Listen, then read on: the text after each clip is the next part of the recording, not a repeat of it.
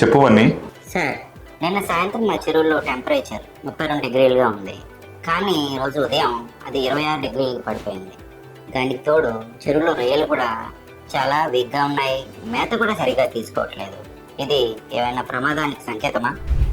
వన్నీ, ఇది చాలా టెంపరేచర్లో వ్యత్యాసం వల్ల వస్తుంది.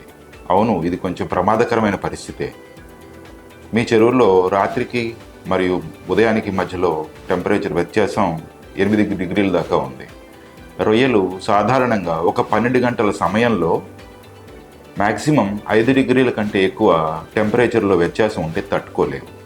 సాధారణంగా రొయ్యలకి 28 డిగ్రీల నుంచి 32 డిగ్రీల టెంపరేచర్లో అవి బాగా ఆహారం తీసుకొని మంచి గ్రోత్ను మనకి ఇస్తాయి.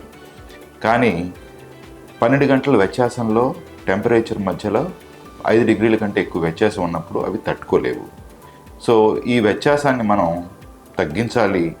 ఈ స్ట్రెస్కి గురవ్వకుండా మన రొయ్యలకి మనం రక్షణ కల్పించాలంటే మనం చేయాల్సింది మొదటిగా చెరువులో నీటి లోతు మినిమం 1.2 మీటర్లు ఉండేలాగా చూసుకోవాలి.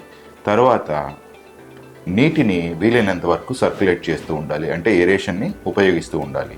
ఒకవేళ నీటి టెంపరేచర్ 33 డిగ్రీల కంటే పెరిగితే మనం కొద్దిగా వాటర్ ఎక్స్చేంజ్ చేయొచ్చు. కానీ గుర్తుపెట్టుకోండి, వాటర్ ఎక్స్చేంజ్ మరీ ఎక్కువ చేయకూడదు. ఎందుకంటే నేను చెప్పినట్టుగా టెంపరేచర్ వ్యత్యాసం 5 డిగ్రీల కంటే పెరిగితే మళ్ళీ అది రొయ్యలకి స్ట్రెస్కి కారణం అవుతుంది.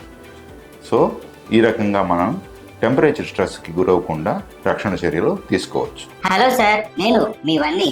మీ రొయ్యల సాగులో మీరు ఎదుర్కొనే ఎన్నో సమస్యలకు సరైన పరిష్కారాలు, రొయ్యల సాగుకు సంబంధించిన ఎన్నో చిట్కాలు మేము ఎందుకు తీసుకువస్తున్నాం. మా ఈ వీడియోస్ ని మిస్ అవ్వకుండా ఉండాలంటే మీరు తప్పనిసరిగా మా పీవీఎస్ ఆక్వాకల్చర్ సొల్యూషన్స్ ఛానల్ ని సబ్స్క్రైబ్ చేసుకోండి.